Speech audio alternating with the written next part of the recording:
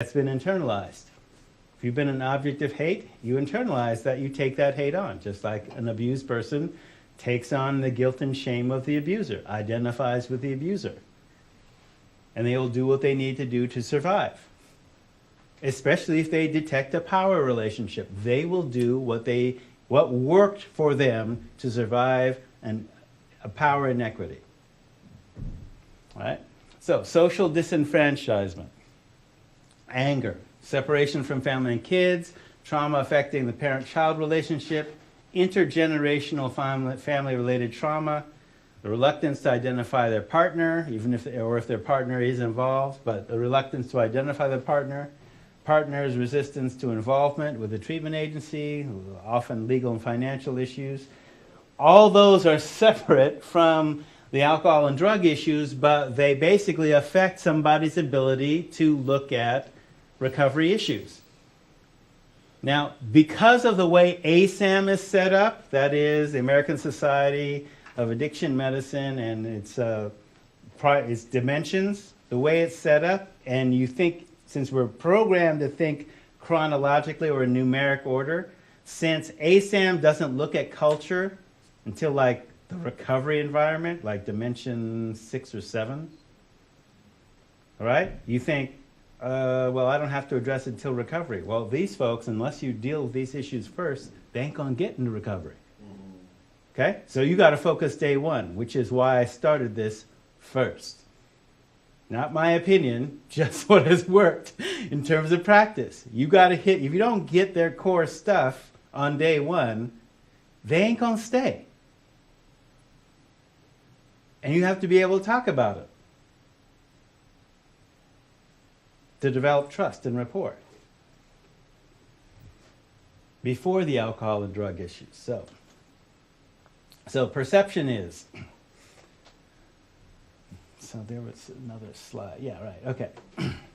So perceived racism and stress. So African Americans' disproportionate exposure to environmental stimuli that are sources of acute and chronic stress have grave effect on health outcomes.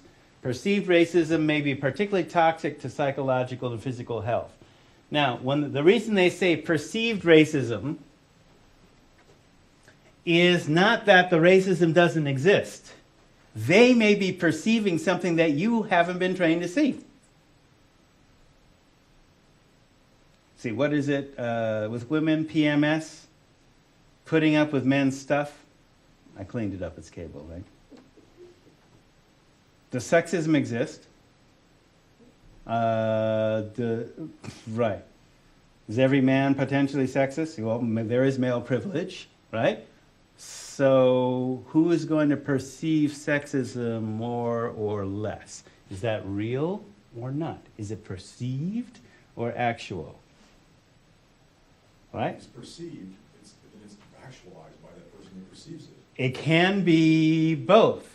Doesn't matter whether it exists, and this is one of the problems that, if the client is reporting it, treat it as if it's real. Okay? Because one of the basic functions of the nervous system, an individual neuron, an individual nerve cell cannot tell the difference between a real event or an imagined one. Treats it as real. The stress is just as real if it's an imaginary situation or a remembered situation. So treat it as real. Or an anticipated one? Yes, that too. Right. Just talking with a client today about, I got anxiety. Okay, so anxiety, future-focused fear. The danger is not here now. It's not in your environment, but you think it's coming. Why do you think it's coming? Is it because of what happened to you in the past that you're anticipating? It doesn't matter, but understanding that that's what it is and relaxing, because if you train yourself to deal with the stress as it comes up, this person was a martial artist, so, okay, you train. You know how to deal with it. You know that it's better to respond to an actual threat in real time from a relaxed point of view. Not be missed. Try again. All right, so perceived racism may be particularly toxic. And that's why that whole piece on microaggressions. Okay, because the science says, look, it's not just about not having posters or having posters, it's things that you may do or say that's unconscious. So perception. So even if the racism is, quote, perceived and not, quote unquote, real, that is validated, treat it as if it is. They're reacting to the perception as if it's real. And you need to be able to tell the difference between real racism and fictional racism brought up by the client to dodge the issue of addiction. That's a basic skill. Just like any other discriminator.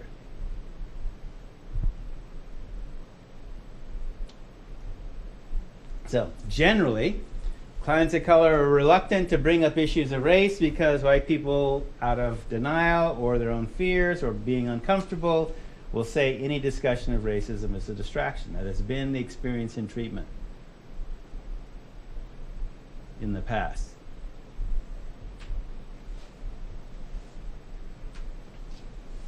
But use it as a tactic, like?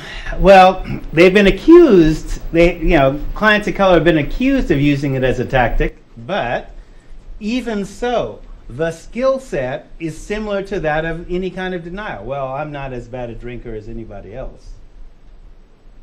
Or what I said about what's a normal, Joe Six-Pack. Joe Six-Pack ain't drinking no six-pack. The week before I left, somebody called up, like the day before, said, I want to deal with my drinking. I'm drinking 4 tall boys. Well, it's just 4 beers. I'm not even binge drinking.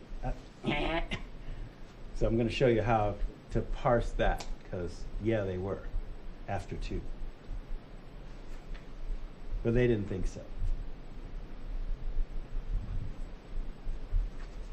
So, approaching this stuff with skill and specificity. So there is, basically, there have been black psychiatrists for, since the turn of the 19th century, developing basically an invisible, the stuff is available, but it's a skill set, just like anything else. So denial is not a skill set. Skill and validation or exploring the relationship. So the U.S., this definition of racism came from the U.S. Commission on Civil Rights in 1970. Prejudice plus power equals racism. So that was for racism. And that was the definition. So everybody has prejudices that they've learned from society, from their upbringing, from their family. But not everybody has the power to reinforce their prejudices on other people.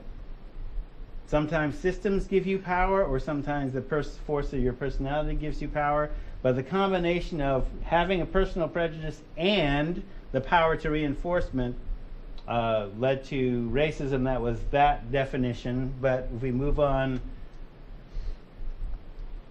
to other isms, so personal prejudice plus institutional power and a privilege system could be an ism.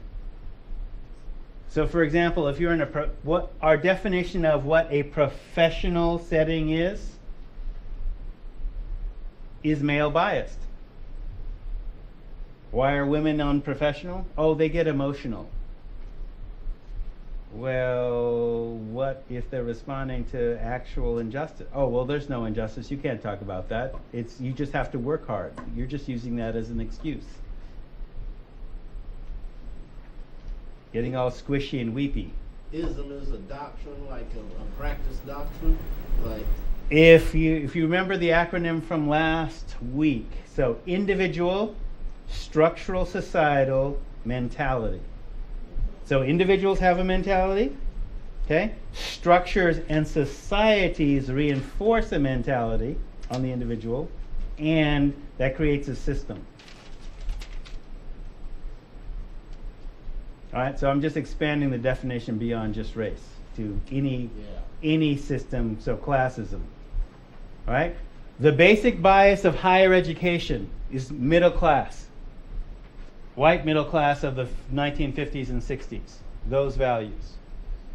Okay, you're supposed to sit here and listen to me, not question anything, take copious notes, reproduce them, and then you'll pass on with your diploma and get a job somewhere and make a middle class, the route to the middle class, blah, blah, blah, right?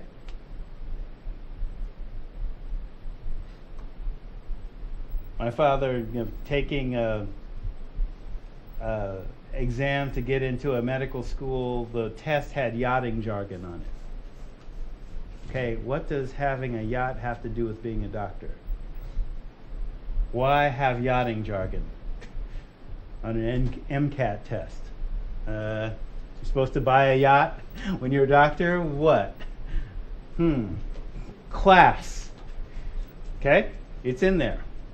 Systems put all kinds of assumptions and barriers within them. Right?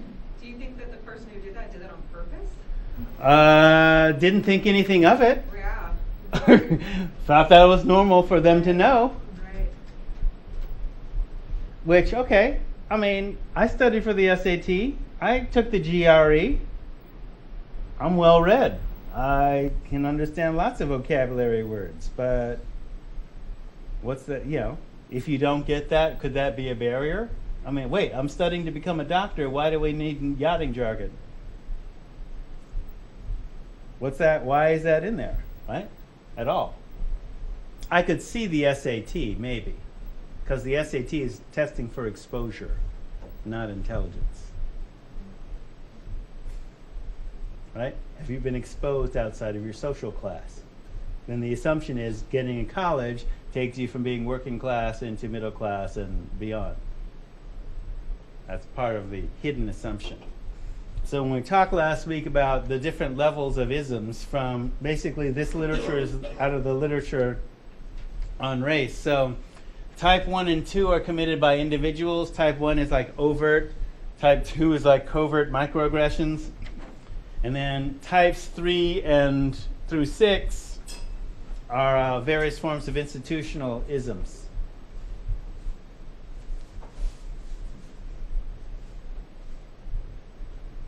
So the reason I'm going through this is basically just to give you a skill set and a language to be able to recognize them and be able to talk about them, not only with yourself, but with also clients and colleagues, too.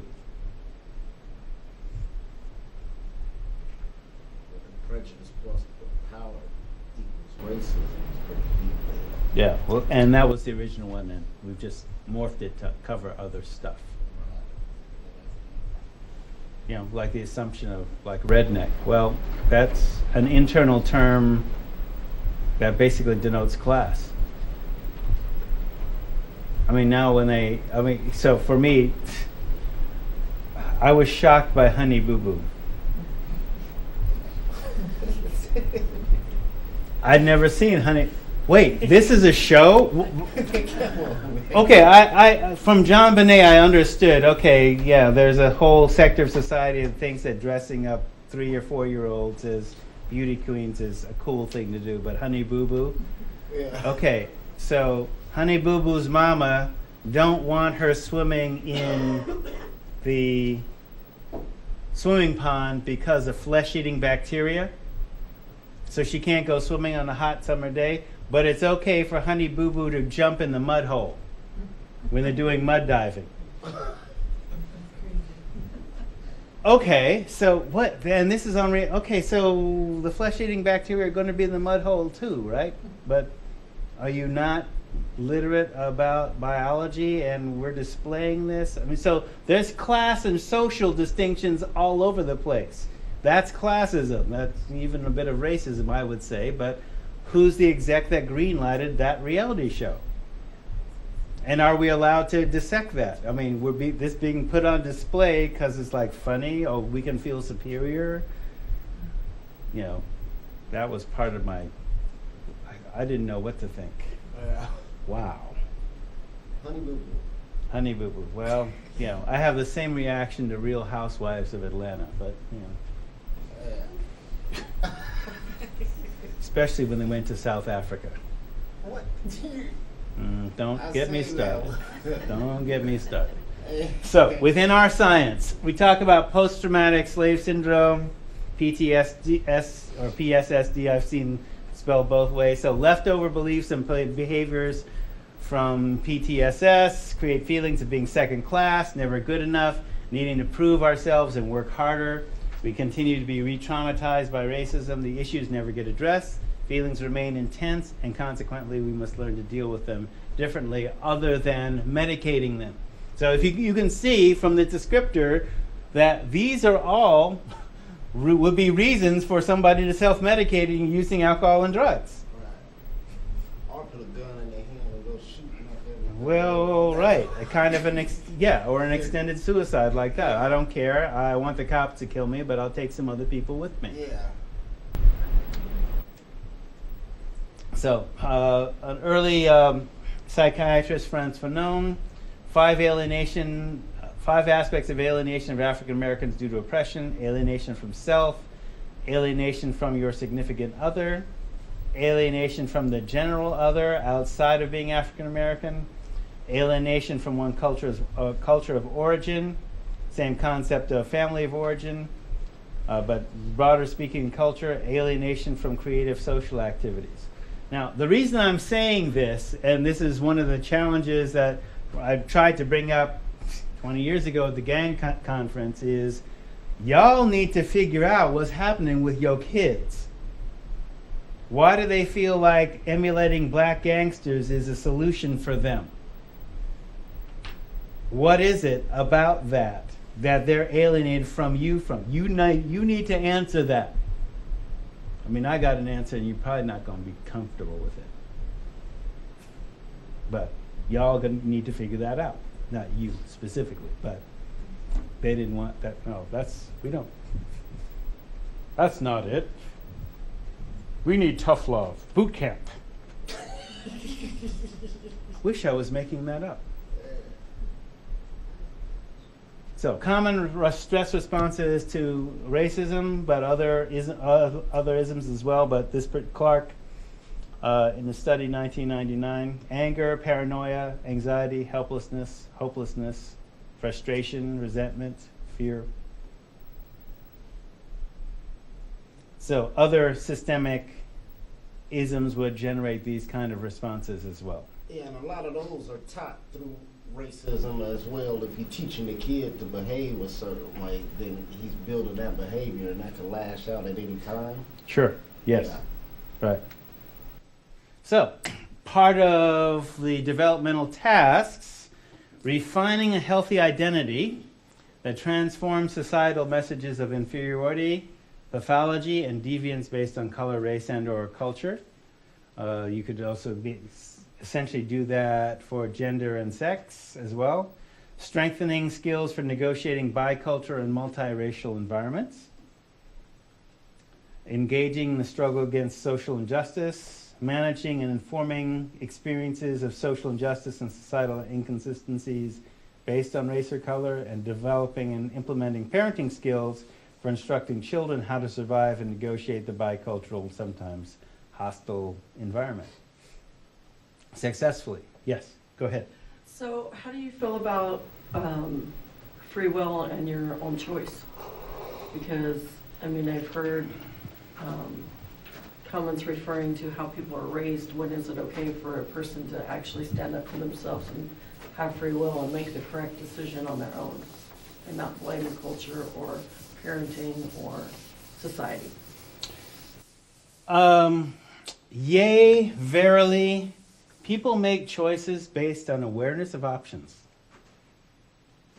You can't have free will unless you perceive there's a range of options. If you only know about one option, there's not much free will. And who gives you awareness of options? Where do you get that from? Self. Self only? Well, you get it from yourself because it's your surroundings. Yeah, but, so for example. But what I'm saying is that, you know, like, say you've had, I don't know how to say it without, I don't know how to say it. Say it. Take the risk. It's okay. If you're brought up in a bad situation and you've had trauma and whatever in your life, Yep. for me personally, I feel there's a time where I am responsible for my own choices. Yes. It's not how I was raised, what I was taught, or Yes. anything else. Yes. I'm an adult. Yes. I need to take in my environment, and I need to look at what is going on.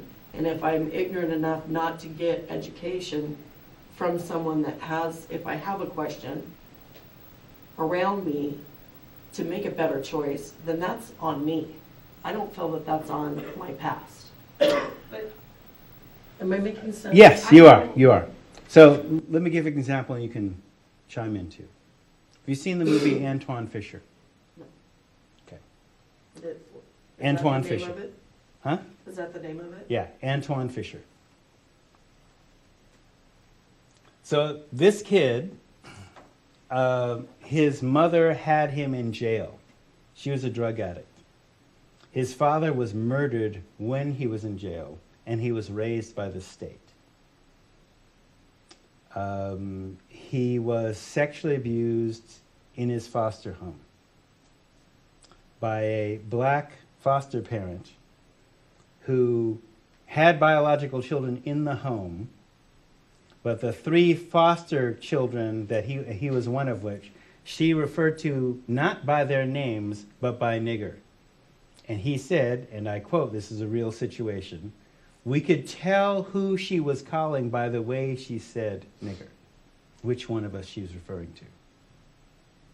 5 years of that, series of foster homes. He gets out by joining the military and has anger issues around a whole bunch of other stuff.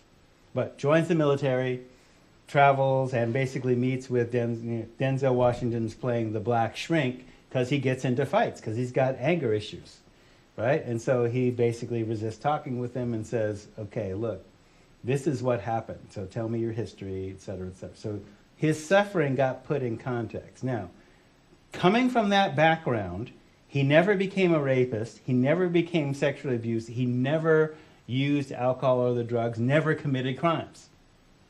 All those things were risk factors for all that stuff happening, right? We all agree on that, right? So there is something innate in him that resisted the toxic environment.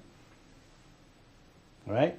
Now, was that conscious volition? No. He didn't understand what was going on with him. But we're not surprised when people who come from that kind of background abuse, commit crimes, get into drugs, et cetera, et cetera. Not everybody does.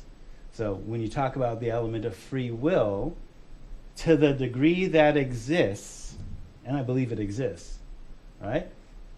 But it doesn't necessarily explain all behavior. Some people, we can say, yeah, okay, they were destined to be career criminals because they've got multi-generational criminals in their family. But when there are other people that resist that. Now, there's a body of literature that calls that resiliency or development, the 40 developmental assets of the Search Institute. And they'll basically say if you have all these combinations of things, people can resist that within their environment. So in terms of free will, though, you need to be aware that there is a choice and select it for yourself. And out of the resiliency material, basically they say, it's called adaptive distancing. I'm not going to grow up like that. They're like this. I'm not going to grow up like that. Now, to the degree that we could teach that or identify that and say, okay, no matter what happens with your family, you can be something different. Because a lot of people continue the pattern Right. of what they already is accustomed to.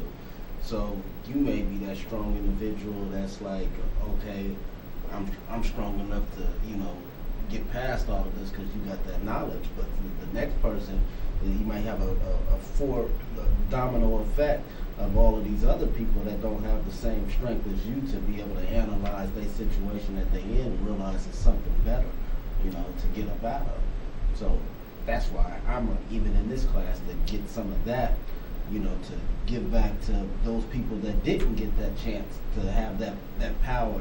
It's just like I could grab a basketball and you grab a basketball, but I take a shot, you know what I mean? And then it becomes natural for me, and I'm like, why you can't make it? Well, why you can't make right, the shot? right. But it's also identifying a set of skills that can be practiced, right? Because there are people in our field who come from families of addicts yet didn't develop the degree of addiction that was in their family, or were able to make the choice, which we continually affirm and develop as a skill set, to continue to lead clean and sober lives and become practitioners or whatever, despite whatever was predictive in their That's more family. what I'm leaning towards. Is Yeah. that, you know, you might end up with whatever happened to you and you're going on, but there's a point where I feel like we should be able to have, for me, it's my belief system. I don't know what it is for everybody, what their strength is to Right. hold on to pull that out of them. Right. But I think that we should be able to have that choice inside us. I think we all have that choice to do the right thing. And We do, and some we people can tend to stack do the what's deck so easy. that becomes easier and easier Right. when you identify the skills and say, you know, you may not explain adaptive distancing, but that there is a term for it. Says, okay, I can identify this skill set and these core set of beliefs and train for that. So, you cool?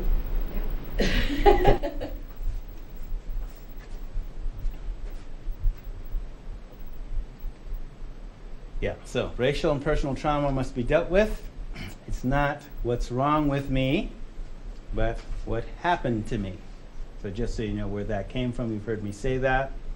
That's where it came from. Fortunately, DSM, I'm not going to be able to make the DSM-5 workshop that's happening here next week, but DSM basically is a description of what's wrong with you, not necessarily the way out. That's its orientation. We have to use it, but When's the 5 coming out? April, isn't it?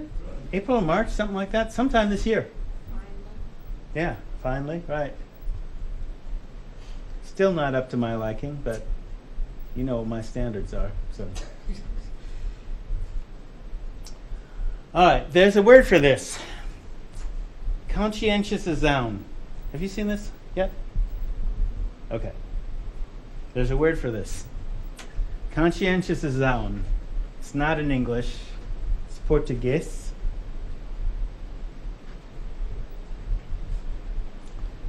Sometimes it's anglicized as conscientiousization. Conscientiousism. So it's learning to perceive social, political, and economic contradictions and to take action against the oppressive elements of reality. So it's not like being conscientious in English. There is no English equivalent for it. So it's a verb? Yeah. Yeah. Could be a noun too, but it's a verb. It's a skill set.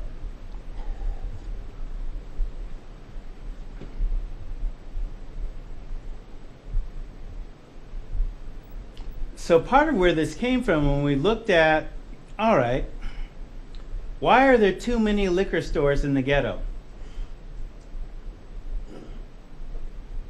Well, there are too many liquor stores in the ghetto. For example, if the ghetto is either Oakland or South Central LA, one of the factors fueling the rebellion in 1992 in Los Angeles was the fact that there were 3 times the legal limit of liquor stores in South Central Los Angeles, and the city was breaking its own city and state laws for that to happen.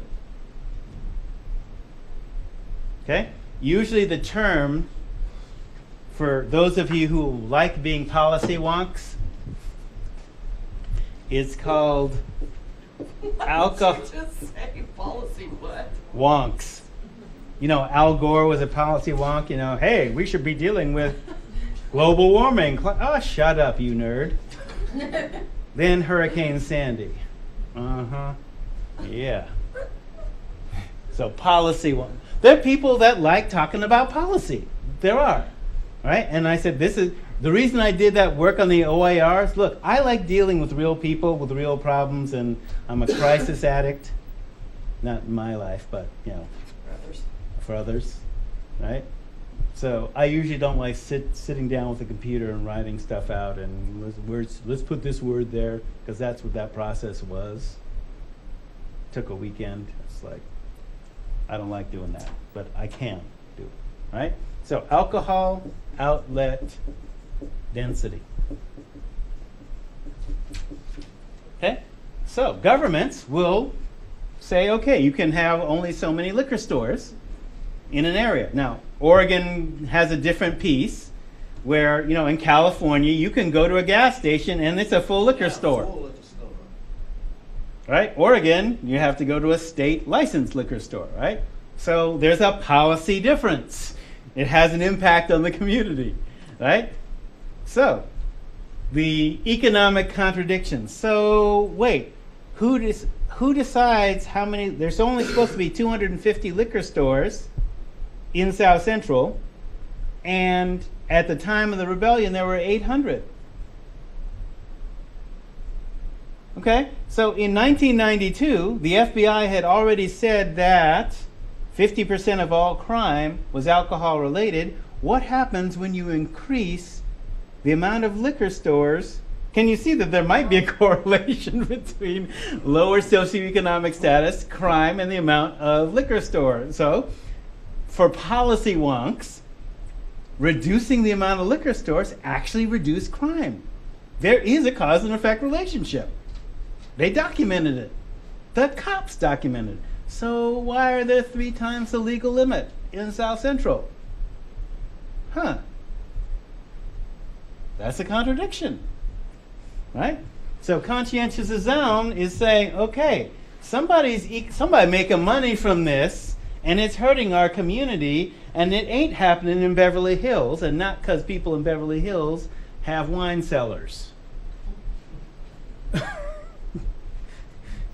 I'm just saying, right? So conscientious is a noun. It is a noun, but it is also a verb. It is a practice, right? So palafrary, can coin that term. So, treatment designed by people of color for people of color and whites trains the skill of conscientious sound. So that's what I was showing you with Project Network. You can do that. You don't need permission. You can just actually do it in your individual practice. And you can also create treatment agencies based on it. Just saying. So you can always go generic and just focus on straight addictions, which is the biopsychosocial model without culture, which is in itself a culture.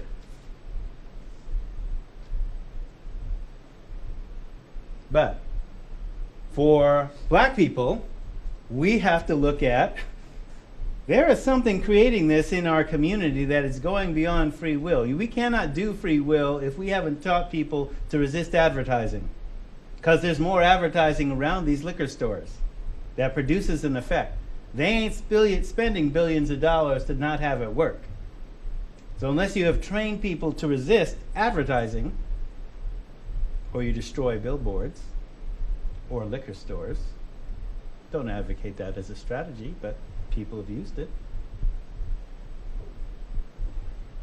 Right? And so unless you do that, you basically have the straight biopsychosocial model, which doesn't, politics, history, culture, what does that have to do with anything? Just focus on recovery. Okay? So, until you encounter the white person that doesn't fit your generic cultural model, which will be soon. Sooner or later, you will meet you in treatment, not in the stage of recovery. And you will have to deal with that person. You will have to deal with a person that doesn't fit your model. So, biopsychosocial recon. So, biological. What is happening physically? And how is that affecting what is happening with the rest of the being, the person? Okay? The drug or the substance or the process. What's happening physically?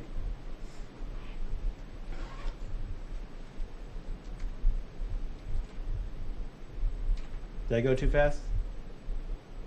Okay. All right. Psychologically, what is happening as a result of the addictive process psychologically and emotionally?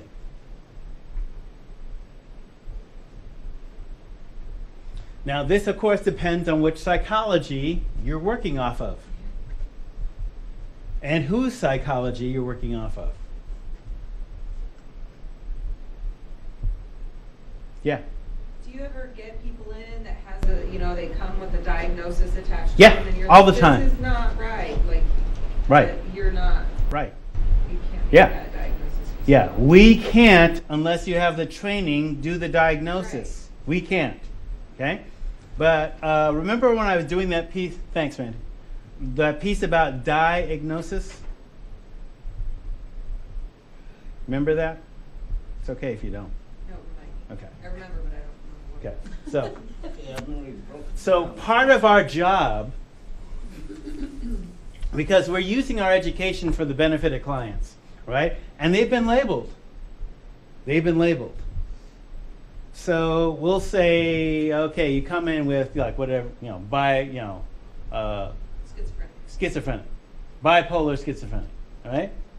So there are lots of different theories about what schizophrenia is, and actually we are going to be talking about dual diagnosis in a client later this week. All right, so they come in with a label, and they're being medicated based on that label to stabilize them, right? But they may or may not know why they have that label. They may have seen the descriptors in DSM if the provider shared that with them. But when I say diagnosis,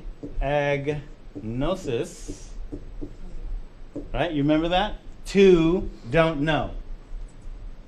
Well, at least one of them knows, the practitioner knows, but the client doesn't know what that diagnosis means. They'll just have a bunch of symptoms. So when I go back to the idea of it's not what's wrong with you, the diagnosis is what's wrong with you. It's what happened to you. And I hear the story about what happened. Oh, the idea that, let's say, Western psychology says you have a singular consciousness, like a mirror. What happens when you throw a rock at a mirror and it's glass? Breaks. All right? Schizophrenia means that some shattering event happened to you, and basically the largest pieces kind of take over instead of a singular consciousness. Some trauma happened to you that you could not survive being that singular person, so the biggest pieces, or the more dominant pieces, take over in your personality, and who are you from day to day? So then the drug is administered to stabilize you so that the dominant personality comes in, or a stabilized personality. That's one working theory of schizophrenia. There are others. Copy that. Right? So you could explain that to the client by finding out, okay, so what is that? What happened to you? Maybe you had a horrific experience that you're trying to make a sane adjustment to, and society didn't teach you how to make that sane adjustment because that's not within the Ozzie and Harriet framework. Now, okay, that's mainstream Western psychology. African psychology says you're a community of people. And you have a dominant personality, but you also have to listen to that community too, just like you do in the real community. You might disobey your parents because that's part of who you are, but you might be listening to that intelligent grandma or elder or something else. You might have to ignore those voices that say, you'll never amount to anything. You'll never amount to anything. You're worthless. Right? So it depends on the psychology. So what is happening as a result of the addictive process psychologically and emotionally? Getting them to understand within whatever appropriate psychological framework either you got trained with or that works for them culturally. So that's why I use that approach. Yeah, I'm trained in Western psychology, but where it doesn't work, or where it doesn't fit the client, use something else that works in another community somewhere. So we'll continue this more on Thursday. Okay, so you said the PowerPoints be up there early? Yeah, I'll put them up now. Or pretty close to now. That was nice printing them off and then taking notes last week. Good. Good.